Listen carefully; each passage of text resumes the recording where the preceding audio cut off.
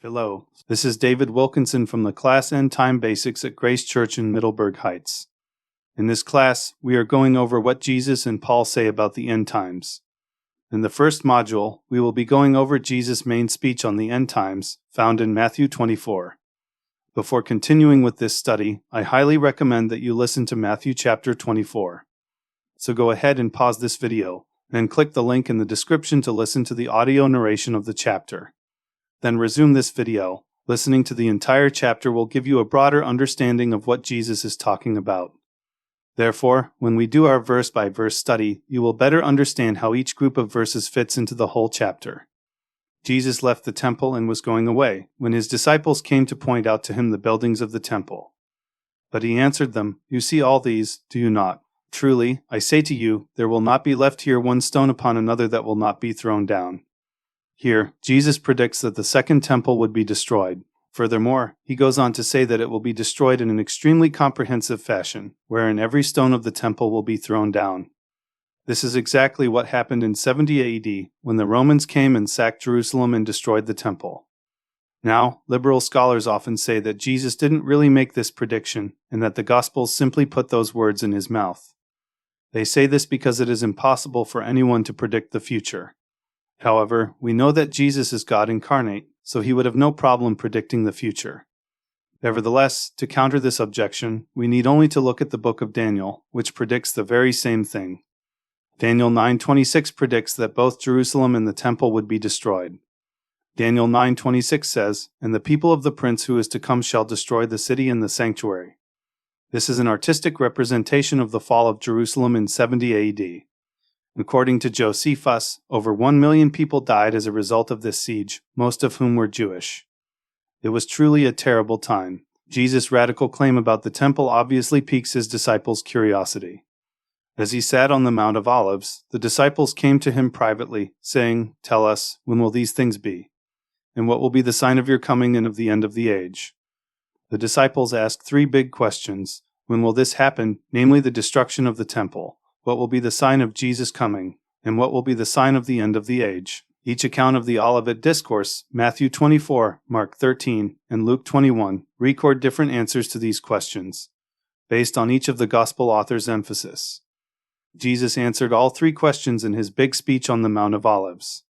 However, Matthew 24 primarily records answers to the second and third questions listed here.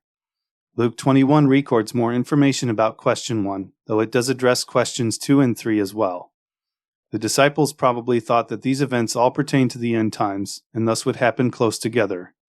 However, history makes clear that these events are separated by nearly 2,000 years, if not more. This chart illustrates just how far apart these events are, assuming that the coming of the Son of Man will be soon. They are even further apart if the coming of the Son of Man will not happen soon. And Jesus answered them, "See that no one leads you astray. For many will come in my name, saying, 'I am the Christ,' and they will lead many astray. And you will hear of wars and rumors of wars. See that you are not alarmed, for this must take place, but the end is not yet." Jesus first lists some things which are not signs of the end. Wars and rumors of wars and people claiming to be the Messiah are not signs of the end times. You'll often hear Christians say that wars and rumors of wars are a sign of Christ's return. However, Jesus specifically states that this is not true, saying that the end is not yet. The book of Daniel agrees with this assessment, at least as far as Jerusalem is concerned. After the temple is destroyed, Daniel 9:26 says, "And to the end there shall be war." Now, this prophecy pertains to the Jews in Jerusalem. Nevertheless, it's still very interesting to note the similarities between what Jesus says and what Daniel says regarding the history of Jerusalem since 70 AD. This screenshot is from part of the Wikipedia page on the siege of Jerusalem. Yet there have been so many sieges of Jerusalem since 70 AD that the authors of this page had to make a list to differentiate between them. This again shows the truth of Jesus' statement, "Wars cannot be a sign of the end, since we have had warfare since the dawn of time." However, Jesus goes on, saying, "For nation will rise against nation, and kingdom against kingdom, and there will be famines and earthquakes in various places. All these are but the beginning of the birth pains." The Greek word for nation is ethnos, which refers to ethnic groups, not political nations. Here Jesus says that nation will rise against nation, and kingdom against kingdom. In other words, there will be a world war and ethnic strife in the end times. These will be followed by famines and earthquakes. Nevertheless, these are the beginning of what Jesus calls the birth pains. Birth pains are one of two references that Jesus makes to Isaiah 13 and Matthew 24. Later in verse 29, Jesus will talk about how the sun and moon will be darkened. Both of these allude to the day of the Lord in Isaiah 13. Wail, for the day of the Lord is near, as destruction from the Almighty it will come. Therefore all hands will be feeble, and every human heart will melt. They will be dismayed, pangs and agony will seize them, they will be in anguish like a woman in labor. They will look aghast at one another, their faces will be aflame. Behold, the day of the Lord comes, cruel, with wrath and fierce anger, to make the land a desolation and to destroy its sinners from it. For the stars of the heavens and their constellations will not give their light, the sun will be dark at its rising, and the moon will not shed its light. I will punish the world for its evil, and the wicked for their iniquity. I will put an end to the pomp of the arrogant, and lay low the pompous pride of the ruthless. I will make people more rare than fine gold, and mankind than the gold of Ophir. Therefore I will make the heavens tremble, and the earth will be shaken out of its place, at the wrath of the Lord of hosts in the day of his fierce anger. Notice that Jesus says that the world war, famines, and earthquakes are but the beginning of the birth pains. They aren't the all-out labor described in this passage. Therefore, they represent signs of the beginning of the end. Furthermore, in Matthew 24:29, we will see the darkening of the sun and moon. As we will see later, this is a prerequisite for the arrival of the day of the Lord. When labor begins, a pregnant woman experiences less frequent and less painful contractions. However, these contractions become more painful and frequent, culminating in all-out agony as the baby is about to be born.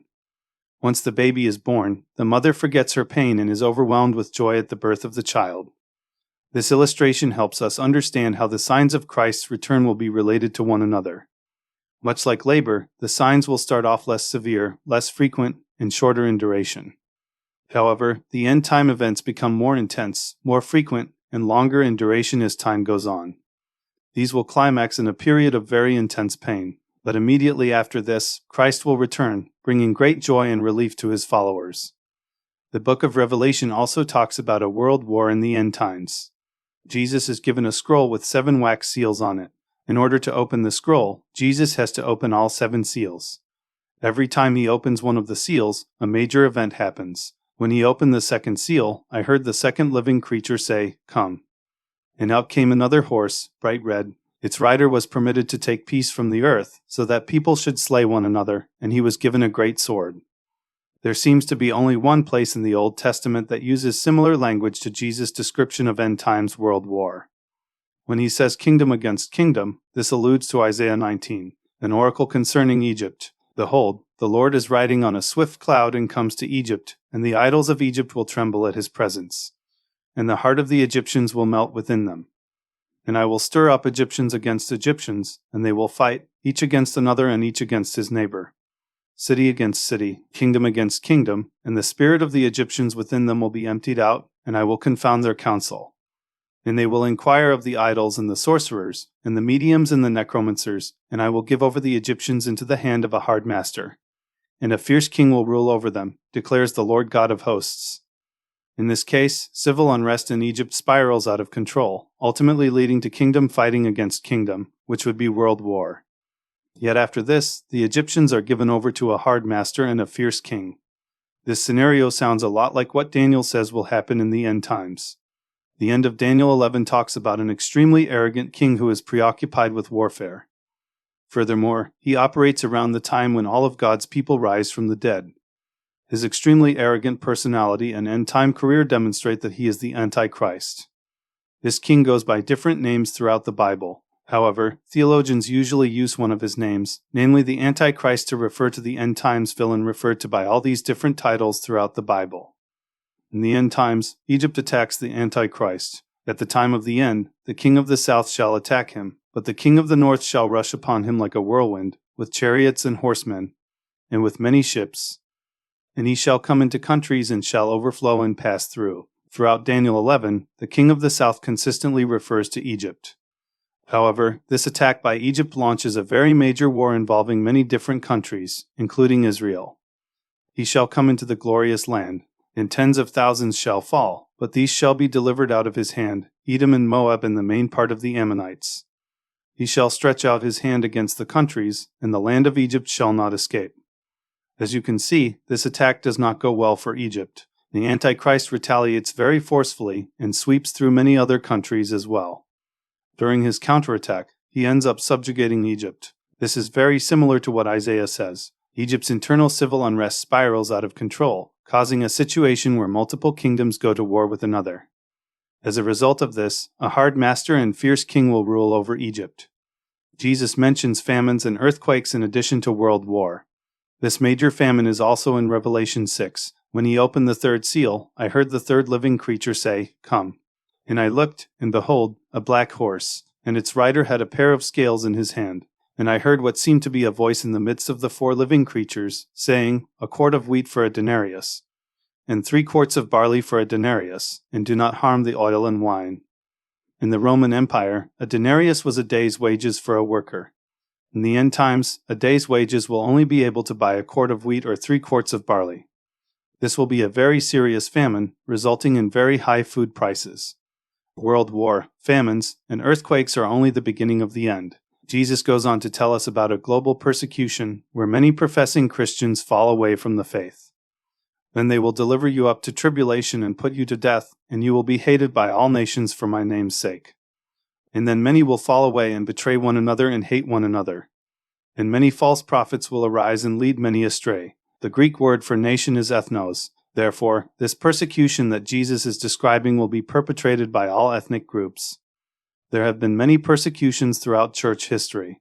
If Jesus does not come soon, then there will be lots more. However, this particular end times persecution is worldwide, involving every ethnic group on earth. Many people will fall away from the faith during this end time persecution. They will even sell out their Christian friends to the authorities. To make matters even worse, Jesus says that this will be a time filled with many false prophets. This persecution and resulting apostasy are the intensification of the end-time birth pains. The signs are becoming more intense, more frequent, and longer in duration as the end draws near. Paul also talks about this end-time apostasy as a prerequisite for the coming of the Lord. Let no one deceive you in any way, for that day will not come, unless the rebellion comes first, and the man of lawlessness is revealed, the son of destruction. Paul says that the rebellion precedes the coming of the Lord. The Greek word for rebellion is apostasia. It means defection, apostasy, or revolt. This is where we get our English word apostasy. Jesus goes on to say that lawlessness will be increased in the end times. And because lawlessness will be increased, the love of many will grow cold. But the one who endures to the end will be saved. And this gospel of the kingdom will be proclaimed throughout the whole world as a testimony to all nations, and then the end will come. Paul also talks about how there will be a man of lawlessness in the future. As we will see when we study 2 Thessalonians, this man of lawlessness is being held back by someone. However, there will come a time when this lawlessness is no longer held back anymore. This fits well with what Jesus says here, with an increase in lawlessness as the end of the age approaches. Many people's love will grow cold. I take this to mean many will fall away during this time. However, it is those who remain steadfast in their faith who will be saved. Jesus also says that the gospel will be proclaimed in the whole world as a testimony to all nations, and then the end will come.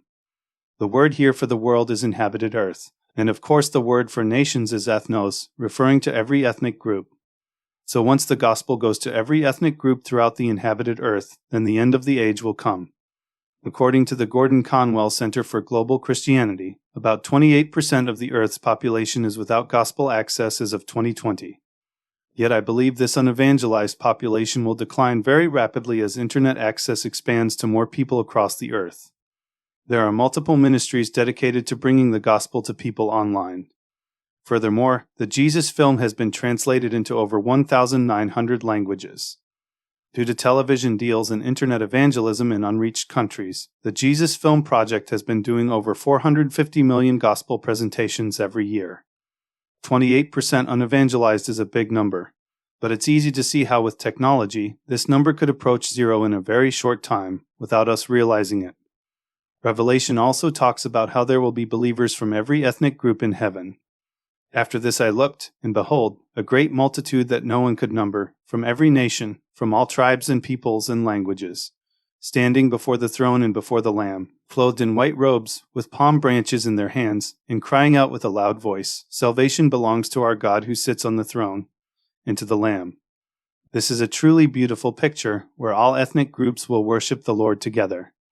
This is a good stopping point for this video. To summarize, Jesus says that wars and false messiahs are not signs of the end times. Nevertheless, world war, famines, and earthquakes mark the beginning of the end. These are represented by birth pains, which get more frequent, more intense, and longer in duration as the end draws near.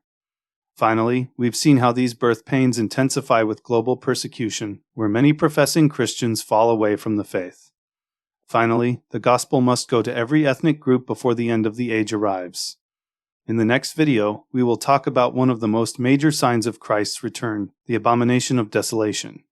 See you in the next video.